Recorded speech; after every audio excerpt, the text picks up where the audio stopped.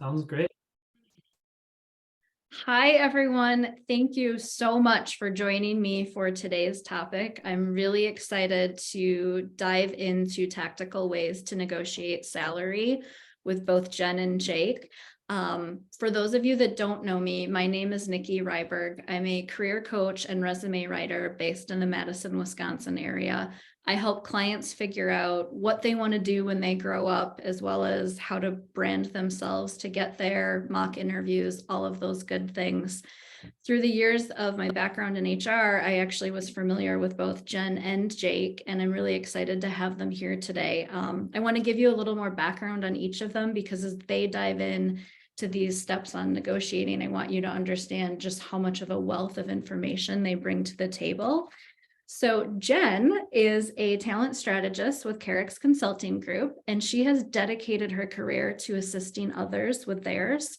Prior to her current role with Carex, she spent most of her time as an HR leader in telecommunications and energy, and she watched those sectors go through a lot of high growth and technological transformations while she was there. A fun fact about her is she is a founding executive member of the Wisconsin Energy Workforce Consortia that continues to lead efforts in ensuring an educated and prepared workforce for the future. She has over 2 decades of experience on this topic, and she has worn many hats, both from recruiting to negotiating her own offers and helping on all angles of the process from the employer and the candidate side. Jake, his passion is people, and his goal has always been connecting top talent with top employers. I remember him from way back in my junior days when I worked in HR. He's always been fantastic at what he does. He's been in talent acquisition and the HR industry for 20 years. He's had a variety of roles such as recruiter, account manager, and other partner-facing roles to help organizations attract, engage, and retain talent.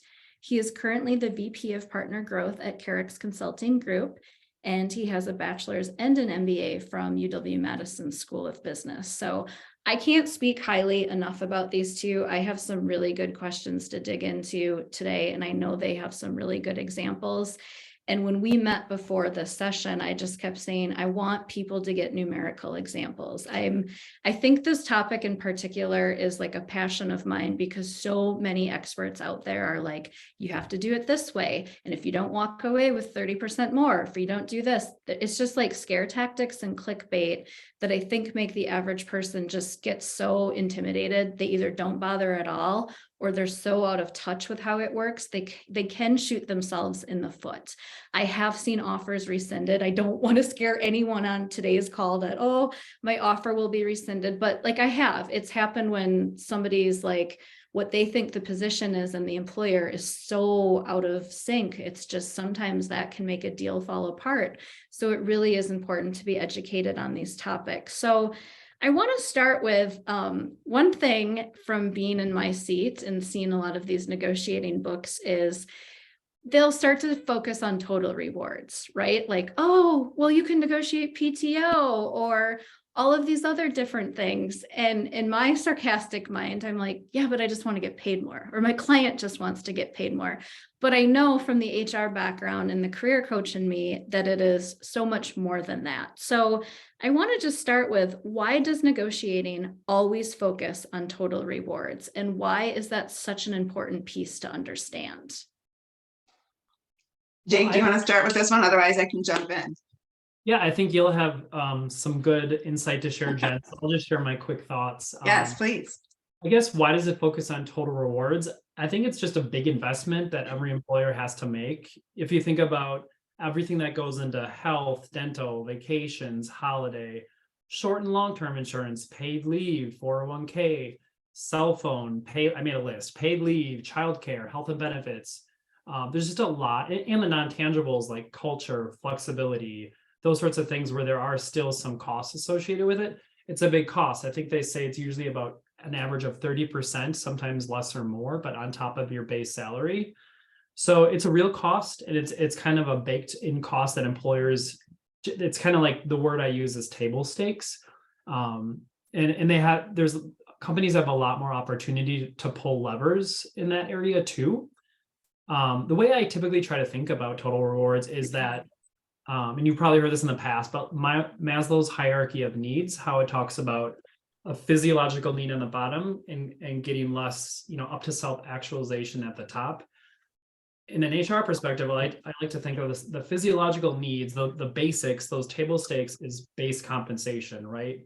And then as you go up, you can be more flexible, but it's a real cost. Jen will talk through some examples later to make this much clearer than I probably just did, but you really need to think about what else do you value, like make sure the table stakes is where you want it to be, but then as you think about all the other variables, what else do you value and what don't you value? Yeah, very well said, Jake.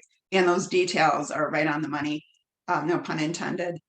But I think another thing that's really important is to take a step back. And if you work for an organization that provides this overview of what your total rewards or compensation is, I think it really helps because so often we are zeroed in, and understandably, it is important to know what that base salary is going to be.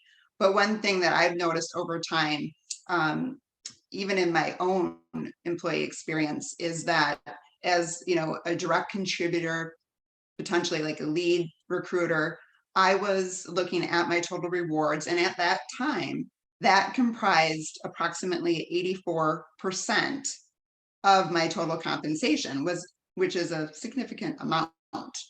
But as I moved up in my career into manager and leadership positions, I noticed a change where it started becoming 65. My base salary was 65% or 70% because of the merit increases or your short-term incentive plan, the long-term incentive plan, stock options, profit sharing, whatever those things may be. So if you're only zeroing in on the salary, and again, everything that Jake had mentioned previously, if you're not looking at those things and that total picture, you will do yourself a disservice. So it is important to really look at total rewards and understand what you have currently and what the company is offering that you would be moving to. I love that. And I think I'm really excited for the examples that both of you will walk through later, because sometimes I joke, we're not all a Beyonce, right? And that's where I think the negotiating advice can frustrate me, because I may have a client that they're not in a situation where they can just demand the highest. Few of us can, frankly, and sometimes the negotiating advice acts like everyone can. That said, this is the Midwesterner who, put herself through college. This one's a real one. Has anything changed in these current economic times as we see more layoffs hit, if we see more economic uncertainty, or maybe if it switches back and it's more of a boom? I'm really curious, do any of these strategies change with either the labor market or just the economy in general? Because before we dig into these, the skeptical in me too could think, well, that's great. 2 years ago, when there was this huge labor shortage and no one was laying off, maybe those things would apply. But now I'm scared and I have that scarcity mentality. So let's talk a little bit about that to get each of your perspectives before we go through examples, because it's a real concern. Definitely. Do you mind if I set the stage first? Please do, Jake. Please do. I did kind of prepare to think about, yes, we're in uncertain times, right? The economy, it does feel like the employment world is softening a little bit. That's completely legitimate. But thinking about it from a more macroeconomic standpoint, yes, there's been massive layoffs, and a lot of that's been in tech. And, my heart goes out to all those people. That's also very real. But if you look at kind of the last few years and look at the numbers, look at tech companies like Amazon, they more than doubled their staff during the pandemic. There was a supply and demand issue. Technology was one of the main things we had to live or, make our daily lives go forward. So Amazon doubled their staff. Meta nearly doubled their headcount. Google and Microsoft, the list goes on and on. But if you look at the data currently, January, our unemployment rate was 3.4% nationally. That's the lowest level since 1969. It's been 54 years. Wisconsin was even lower at 3.2%. And in December, I think that was the most recent release data for Dane County, but that was only 1.6%. So I just think it's important to think about, let's have that perspective, although there definitely is uncertainty going on. It's kind of a weird market right now, and employment is still, it's still kind of a teeter-totter. And I guess I'll turn it over to Jen before I share my exact thoughts on the question. But I think that really looking at that data is important to keep in mind as you negotiate. Definitely. And Jake, I think you did a good job of looking at it holistically. And I would also add, because that's, the larger picture of supply and demand, but look at the organization that you're applying to, or the industry, also the role that you're applying to. What is the supply and demand for that? Are you competing against 500 candidates, or are you competing against 5? And you can find information like this in LinkedIn. They have great analytics for candidates. I think it's also important to know where you are personally, not just in your performance. Are you a top contributor? What are you bringing to the table in that manner? And also, quite frankly, if it's a tough market and the industry that you're in or want to be in, it's not a good time, like the bicycle industry. It was at historic highs for all of 2020, 2021, halfway into 2022. But right now, that industry is really facing some challenges. So you may ask yourself, if you're interested in a certain industry, is this a good time? And then also, do you have the luxury? Are you gainfully employed? If not, you may need to make a different decision. And then also you look at, what is your financial situation? Have you prepared and invested for a rainy day that you can hold out a little bit longer? Or do circumstances prohibit you from doing that and you need to find something? And if you do, again, still know your value and be prepared for that. And I think all of these various components, when you bring them together, helps you to very confidently negotiate for the very best that you can. And let's say you may not end up exactly, you negotiated well, but maybe you felt like you left a little on the table, the best you could do. Keep in mind, you don't have to retire in that role with that company. You have other opportunities to either renegotiate with your current employer or continue to, learn more and bring that somewhere else. Back to you, Jake.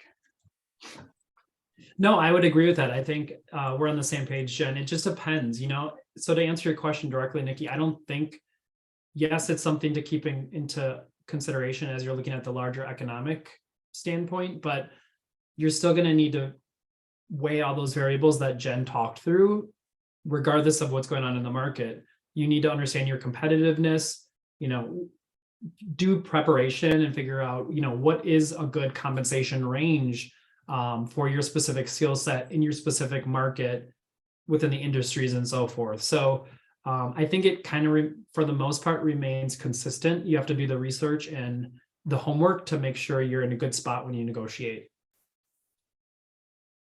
Thank you. I think that really helps a lot. I just want to start with saying, if anyone has any questions, please put them in the chat. We will have some time to address those at the end today. We'll try to leave like 5 to 7 minutes or so we can address those. I hope these high-level thought processes help with all of you as we start to dig into some numerical examples, because I know the cynic in me would be thinking, here we go again. She's just talking about total rewards, and I just wanted to know how to get my base up. And it's like, no, you really do need to understand how important that is. So I really hope that we hit home on that talking point, because that's something that I tend to hear it, and I get it. Like there's some, practicality there, but there's so much more upward mobility that you have to go if you really take into account the total rewards.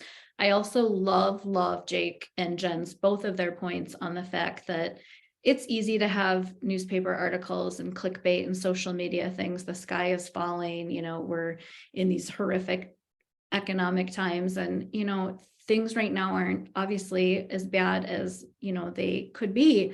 And things are looking pretty good, especially depending on your sector and what you're in. So it's really good to keep in mind if you're going through the negotiating process and your neighbor says, well, gosh, you better just take whatever you can get because, you know, have you seen the newspaper and have you seen this and that? And it's so easy to get wrapped up into all this macro stuff going on when this is really, really such an individual situation in terms of what your value is and where you can go. So with that, it all sounds great, but I want it's so helpful to have some numbers to understand, like, what does this really look like, both for someone in a really competitive standpoint and maybe someone that's doing a pivot and they're like, well, now what? And then how do you do it? Like, how do you figure this stuff out? So I'm so excited to have both of you kind of dig in with some numerical examples. So I'm going to kick it over to each of you. And then if I have any major questions, I'll do timeout to kind of clarify anything. But I've been through these examples with you and I'm excited for all of us to learn. So let's go. All right. And before I even jump into the little tool I put together, I wanted to give you guys an example. And this is from a couple of years ago, but I was just thinking about it as I was preparing for today. But two of these companies are insurance companies, and another is a company that's in another industry, but they were all hiring for customer service roles in Madison. One was paying an entry level of $12 an hour. One was paying $18 an hour, and one was paying $21 an hour. And the one at 12 and the one at 21 were in the same industry, in insurance. And I just wanted to share that because it helps you to understand same geographic location, two of them being in the same industry, and the completely different entry rates. And so, okay, I put together a couple tools, and again, hopefully you will find this helpful. But sometimes I think when you are looking at a topic that is so broad, again, like Nikki said, jumping into some basics or some actual numbers might be helpful. So let me just share this with you. This actually is a little formula that I had put together. I understand everyone's brains work differently. So if this is helpful to you, great, have at it. And if not, that's fine too. But I look at it, and again, because it's human nature to just start to look at what is my base salary. So I wanted people to think about, as they're preparing for negotiations, what is your market value? And again, you can see where it's broken out. The top section is going to be what the candidate is bringing, what the candidate priorities are. And the bottom one is what the company brings to you and what their priorities are. So again, know your value. You can find this. There's so many online tools, LinkedIn, Glassdoor, Indeed, PayScale, you name it, that can help you. But also really take into consideration your level of education. Do you bring certifications that are required? What is your performance level, your knowledge, skills, and abilities, and also your network? Because let's face it, it's sometimes human nature to not keep in contact with people until we need something.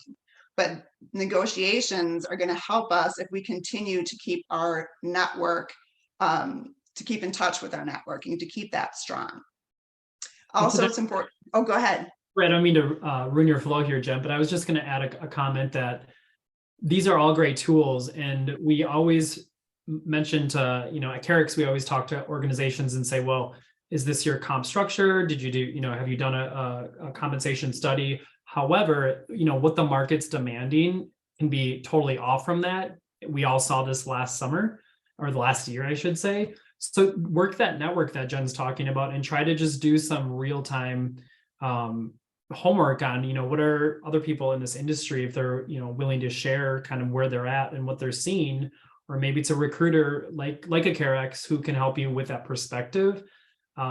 Because again, supply and demand, this will give you a compensation survey might give you an idea, but then, based on where you live and what your skill sets personally are, this might be helpful.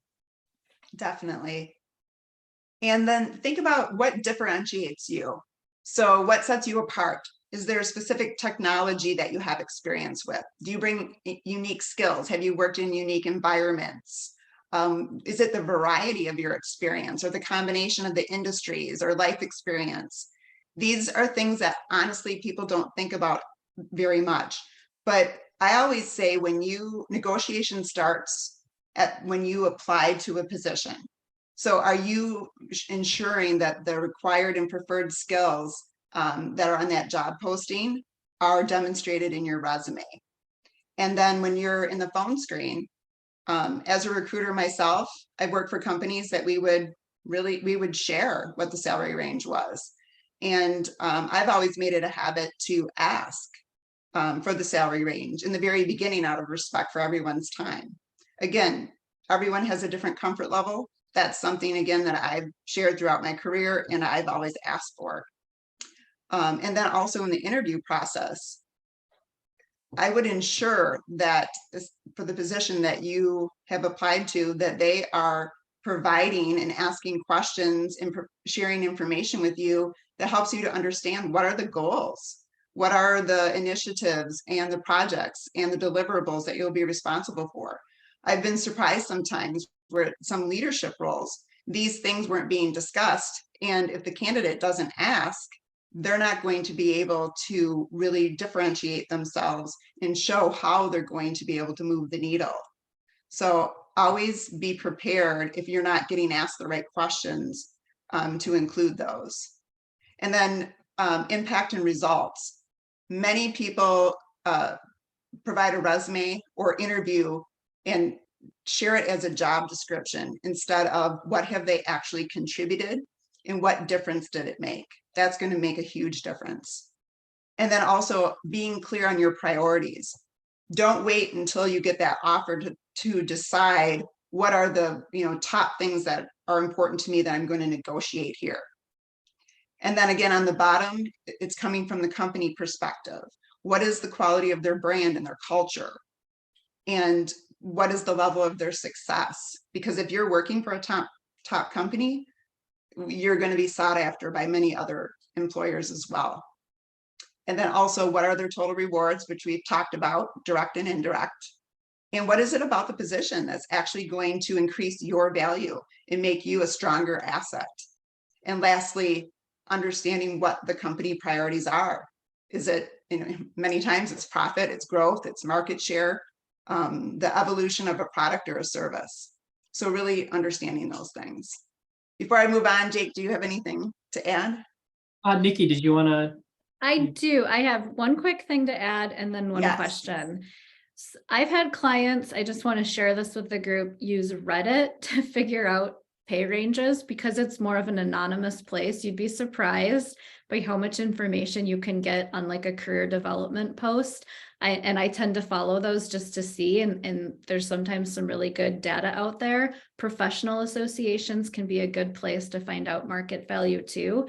And I have a question about priorities, Jen, because I can see this go either way. Do you put those up front or do you wait until you have an offer and have leverage? Like, what if you want to negotiate a part-time status or working remote 1 or 2 days a week?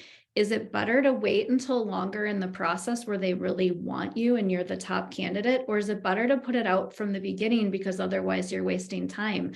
I mean, I could argue that both ways. I guess I'm curious to see what you both think before we go into the next section. And maybe the answer is it depends, but I do want to hear your perspective because I don't know on that. Well, and I will say it would be so nice and neat if we could just package it up and say, this is how you always do it. And so we don't ever have to think about that again, and we'll just move on to more difficult things. But you got it right, Nikki. It depends.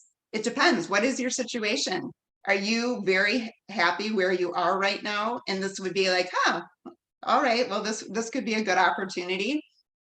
You might be very clear, like this is non-negotiable for me. So if I don't get the hybrid remote, or if I don't get the Fridays off, I'm just not interested. And so then you might bring it up right at the beginning. But there's many circumstances where that's not the case. It is something that you highly value, but you want them to really see what you bring to the table before you get into some of these conversations. So Jake, what would you add? Yeah, I again, I think we're on the same page as normal, Jen. I think that it depends on the situation and how you're filling in all of these different variables that you have so awesomely laid out for us.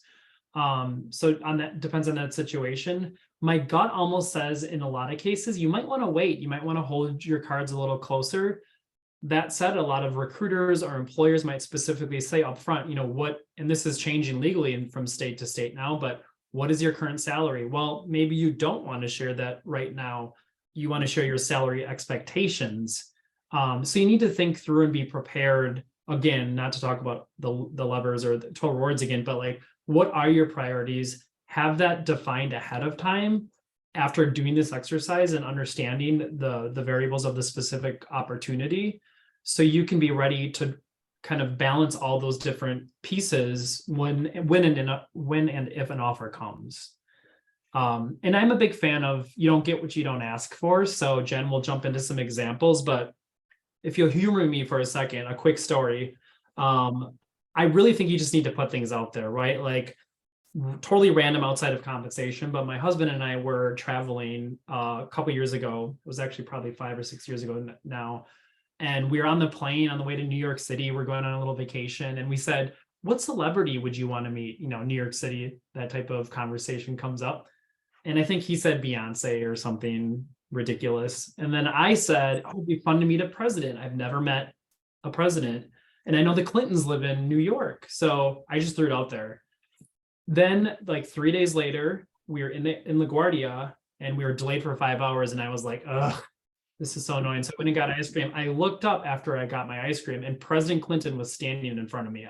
I kid you not. Like I put it out there, not to be too cliche, but I feel like maybe I manifested it, but what are the chances that you say something out loud, you clearly define what you want and you might get it. You just never know. That had an impact on me, just even if it was just a very crazy coincidence. But I really believe that you don't get what you don't ask for. And when you can back it up with all of this data and talking points, why not?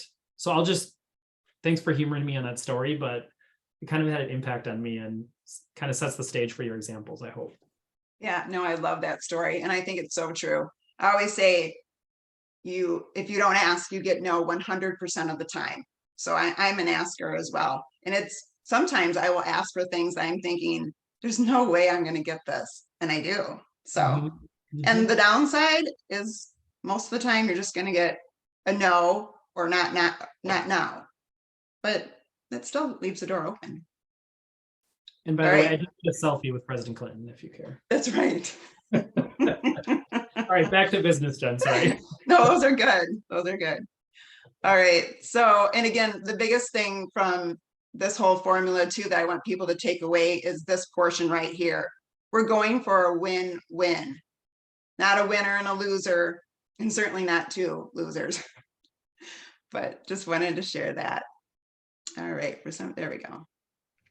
So again, as for examples, because I know people like concrete examples, I just put this together. I put two together and each are a little bit different. But again, it really zeroes in on the number of variables that we're keeping in mind. So to kind of give you background here, this left side here is the company you applied to. The green portion is your current company as a candidate. You are, again, I did lateral examples because I didn't want to get people too focused on some of the other variables with money. The industries are energy and insurance. You have the salary range here. Again, most companies give you the low to the midpoint. In this particular situation, you're at 120. Notice the midpoint is 125. Their bonus is at 15%. Yours is currently at 10. They're looking for 8 years. You have 12. And I won't go through them one by one, but as you can see what the preferred qualifications are and what you're bringing, you are a strong candidate for this particular position. It's in the same city, so the cost of living is the same. And again, understanding the motivation on both sides is really important. So the company wants a candidate that has tech implementation experience as they transition and increase inclusion, diversity and inclusion results. And then your motivation is, you know, that energy is a strong industry. This particular company is an employer of choice. It's an organization that values learning and continuous education. And at your current company, the culture is not too great. So that's all part of your motivation. So let's say they offer you 122 and you have in your mind, you're hoping for 130. Again, with the midpoint at 125, many organizations will have internal policies that they do not want to hire somebody over midpoint. Otherwise, they'll say it'll impact your future merit or increases. Now, that is very true, but there's always exceptions, so keep that in mind. You're looking, again, you have your you're like, okay, my walkaway point is 125. That's the lowest I'm going to go if I'm going to leave this organization. But I also put an or accept 122 and request in writing in like 6 months to a year to be reviewed for a senior manager role, because this company has a very strong reputation as an employer that promotes from within.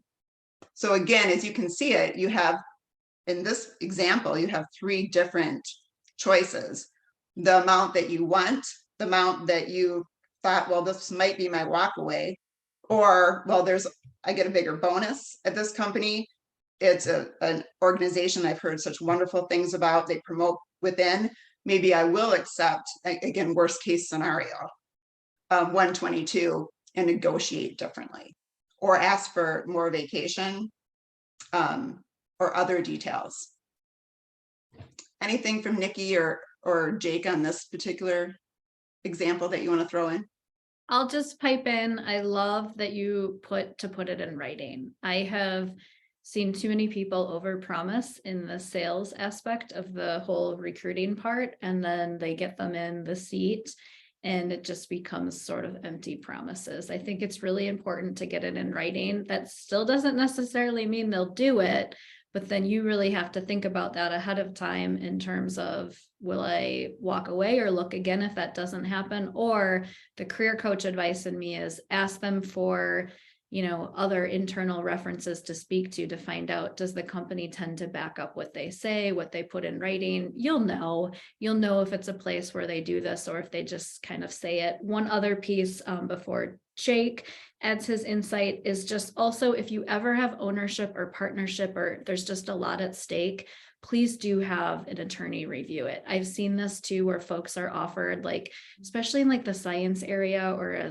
a science type of thing or anything proprietary, where you're really getting involved with developing things where there's a lot at stake, or a lot could be, if this goes big, will be great. I think it's just really important to have attorneys review that type of stuff, just because there's just so many ways that they can be helpful. So I'm curious, Jake, your thoughts. So that was just my insight. Yeah, no, I think that makes a lot of sense. In terms of, I love as well, Jen, how you just defined all this on paper. I do think it's important and helpful to even add more to that negotiation box. So like, yes, I'll accept 130,000 or 122 with that potential promotion and or raise in a year. Or maybe I would accept 122 with a annual bonus of X. You can really, I think it's really helpful to kind of think in advance of all the different variables. And if you don't know how you weigh those, just write those out, make a list. Some of the best career advice I've received is to just in general, make a list of everything that I value from a day-to-day perspective in a job, not just total rewards or comp, but from the big picture. So you're picking not just based off of comp. I know we're talking about negotiation, but you have to look at it from the big picture. And are you going to be happy from a day-to-day perspective? Is the comp and benefits what you need it to be? And this is a great example as well, because I've seen it in real time with client partners that I work with. A quick example, recently I had a situation happen like this where our recruiting team did a phenomenal job. They made an offer to a candidate who was kind of in line with how Jen laid this out. That was through the hiring manager, but then the comp manager reached out and wanted to know, did the candidate have current variable compensation pieces, and did they have anything else? And I gently reminded her that we really look at the salary expectations that they're looking for in the beginning, and that's the number we shared, and that's the base comp that this person is looking for.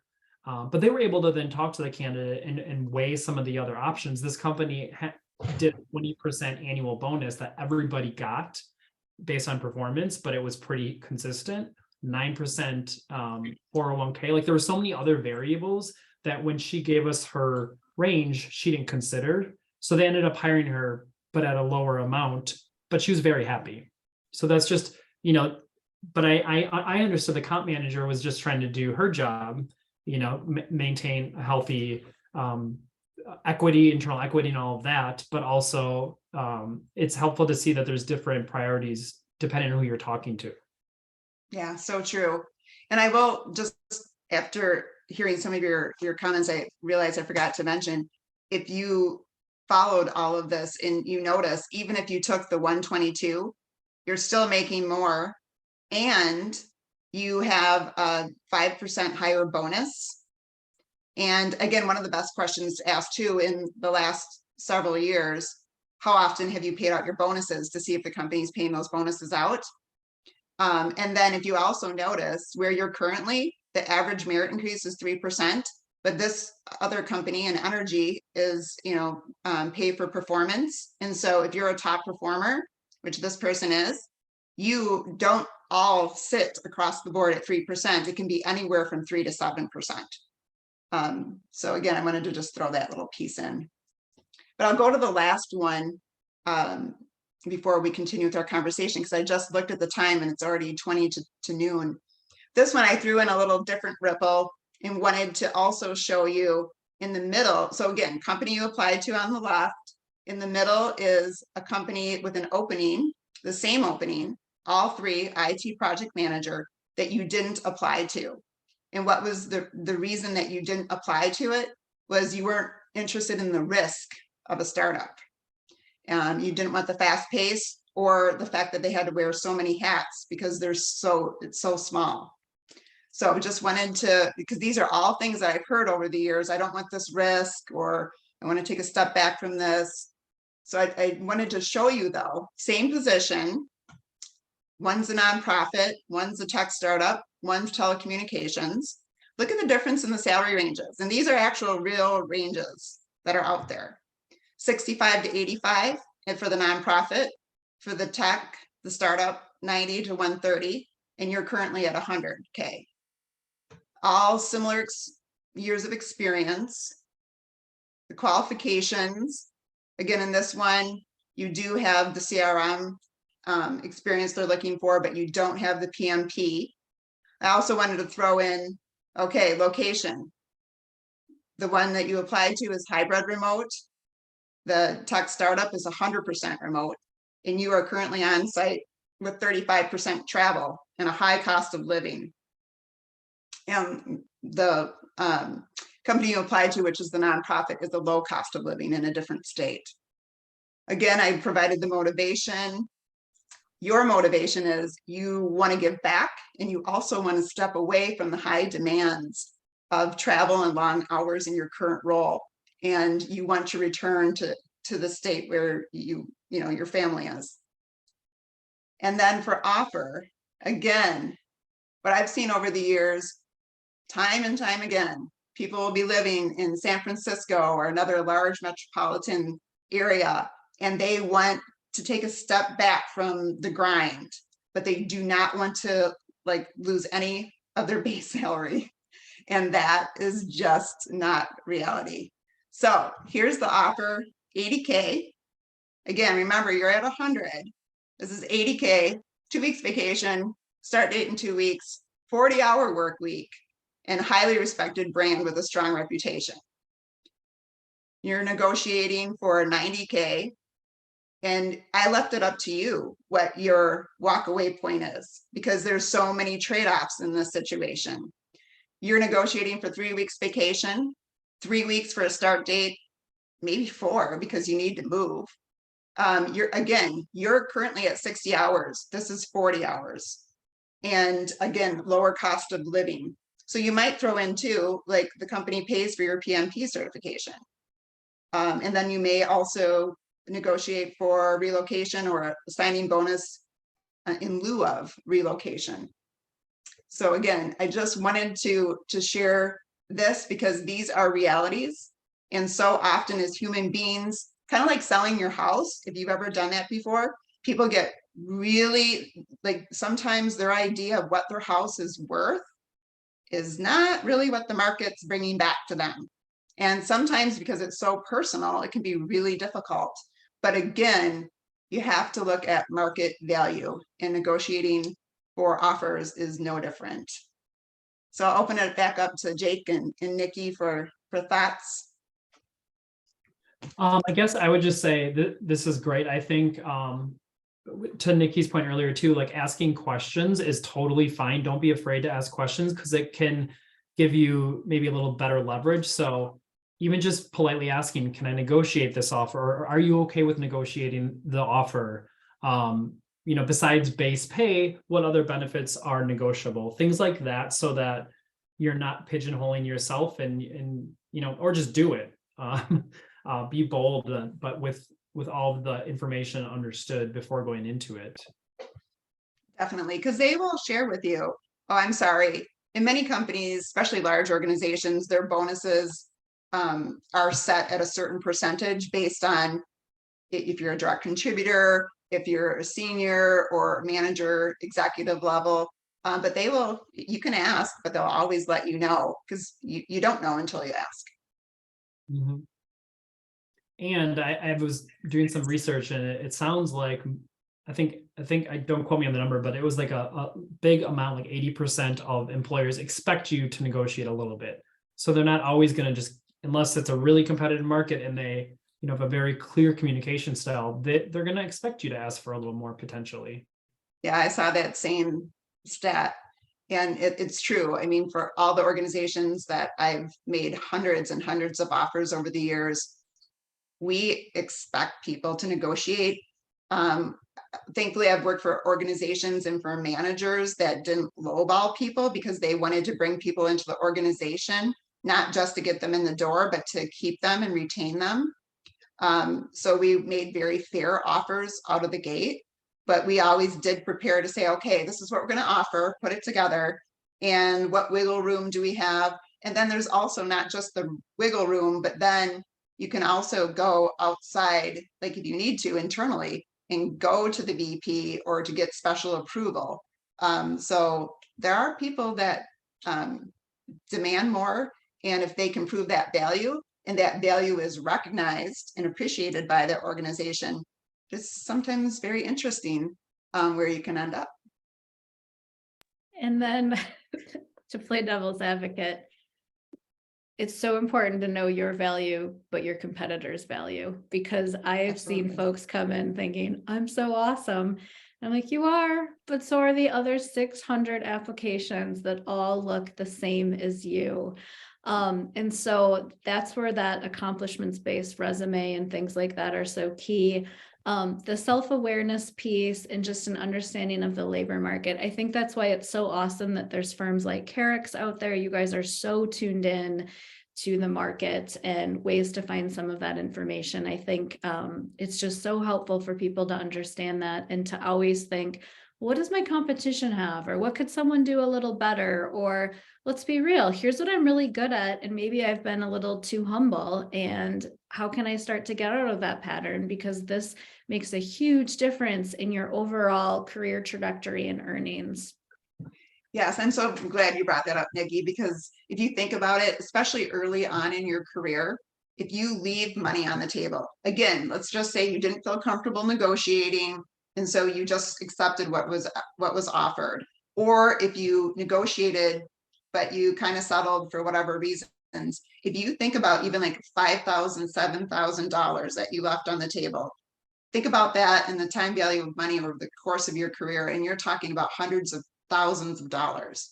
And at the same time, I always raise that, that hope, because just because you made a mistake doesn't mean you can't course correct. You do not have to retire with that company in that position. If you made a mistake, we're human. Most of us have in our careers. Then just change course. I love that. I have restarted out at my intern wages after kids when I started part-time, again when I started my business and didn't know what I was doing. And sometimes it's really easy to get scared, like, oh, I'm always going to be here. There is so much growth and potential out there for folks who want that. And if you don't want it, that's okay too. That's where sometimes the part-time or the remote or all of these other things get into the value too. So I just wanted to share that too. Yeah, I'll add as a short personal story. I literally worked in insurance, had my property and casualty license.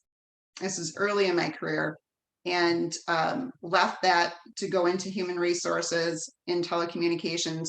Took a step back. Not only did I go from salaried to hourly, but I started out because I heard such great things about the company as an LTE, a limited term employee with no benefits. Was one of the best decisions. It wasn't fun for, a couple of years, but it was one of the best decisions. I've never regretted it.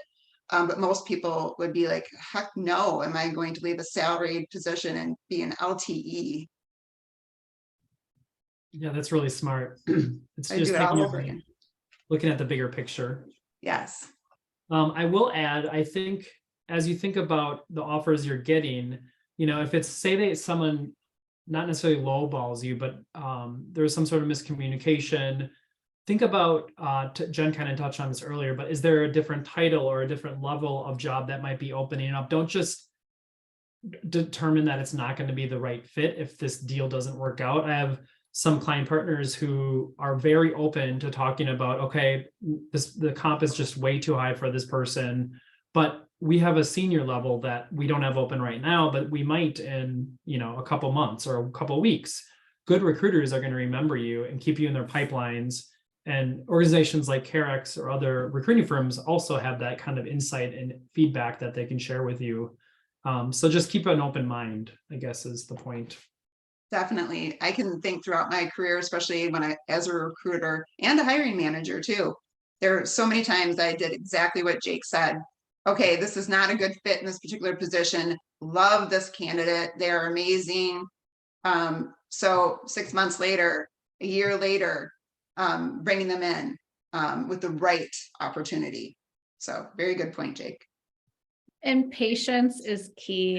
Oh my gosh. I'm sure if all of us had a dime for every time someone was impatient, like scared, whatever. I mean, I just personally have taken such bad situations when all the warning signs were there because I wanted to move closer to my boyfriend, now husband, or I just couldn't stand it anymore. And I had daycare overhead or all these things. And it can seem like I just can't last one more day.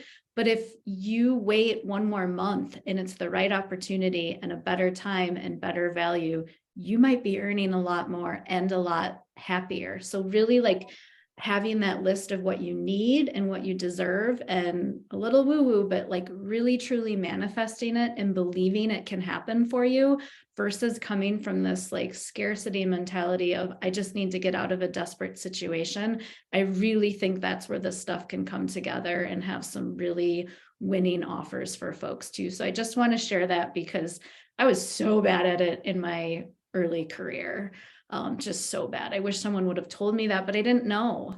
Yeah. Right. Yeah, that's so true, Nikki. I think it's a matter of, are you running away or are you running to something? And the emotional intelligence that we hopefully learn in our life over our careers that help us to discern that and to know the right timing. Yeah. Jen, you took the words out. You literally just took the words out of my mouth. I was going to say the exact same thing. It's something a mentor of mine taught me years ago, but I honestly think I didn't really understand it until I experienced it myself. But if you can take value from that, please remember that. Yeah.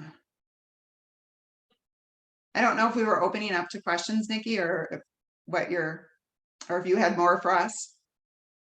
I've got one, and this is a great one. In an interview, when asked salary requirements, is it better to provide a range versus a set salary? Would love to get some more insight on this, because I know a lot of the negotiating advice starts with like, never give your number first. Well, I'm going to share, like, I don't know about you guys, but the HR in me like was not impressed with the candidates who were kind of like, I don't have to provide that.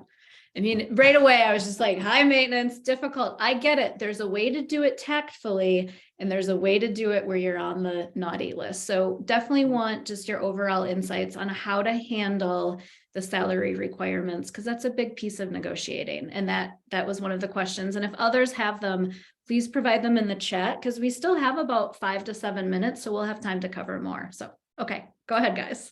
I'll share my high level thoughts, Jen, and then let you fill in your more expertise from experience. I honestly think the opposite of that. Like, there's ample research that says you can anchor the negotiation by speaking first. So if you do that whole activity that we just talked about, those details, be bold, ask for what you think you're worth and what the research you had.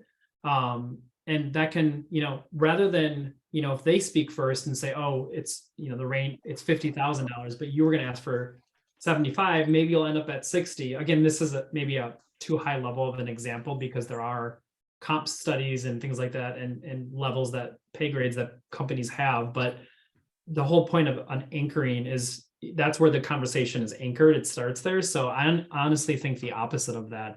And I guess to answer Aaron, the question here, I do think in terms of focusing on salary expectations, I think a range is probably better than just not being flexible. What are your thoughts on that, Jen? Yeah, again, I've seen it both ways at different times. That's why it's good. It's so much better to be prepared and flexible versus preparing for negotiation and saying this is the right way to do it. And then when you find yourself in a situation that doesn't go according to what you expected, you're kind of like, oh my gosh, what do I do? So again, I always try to remain agile. And there are times where I agree exactly, with what you shared, Jake, that I have had a specific amount. And then there's many times that I provided a range as well. But I always remind myself this is a relationship. You're in the early stages of a relationship. Hopefully this is going to go well and you're going to land. So and you could be having a conversation with a recruiter or the hiring manager. But nonetheless, it's still a relationship. So I try to stay curious.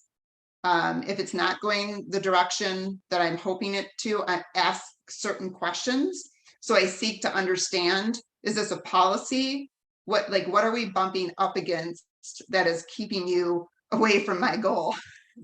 And then to try to understand that, and to again see where can we flex and what is just, okay, we're not getting around this. They have 0 exceptions. So I'm not going to waste my time there. I might move to a different area of one of my other priorities. I love that. And I love the fact that this hopefully opens people's minds to the fluidity and possibilities.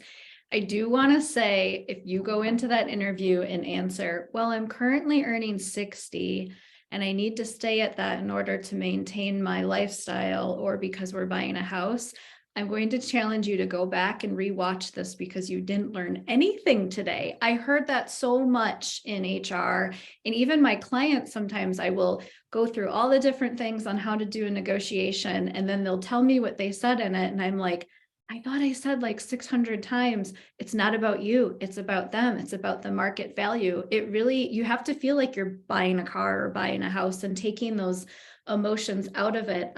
Curious if you guys have anything to offer there, but I've heard that so often, and it's like, no, your answer should have, like, to Jake's point, well, based on my market research and talking with other folks and the value I bring, I believe I'm worth 65. I'm curious to hear more about your range, or tell me some more talking points you guys would recommend there, just as we wait to see if anyone else has some questions come in, because that's just one of the ones where I'm like, oh, it's not as professional as it could be, in my opinion. Right. I mean, I have over the years had certain people bring with their reasoning, which involve they're having another child or the mortgage or different things. And that's definitely what you want to avoid. It's not really a business mindset.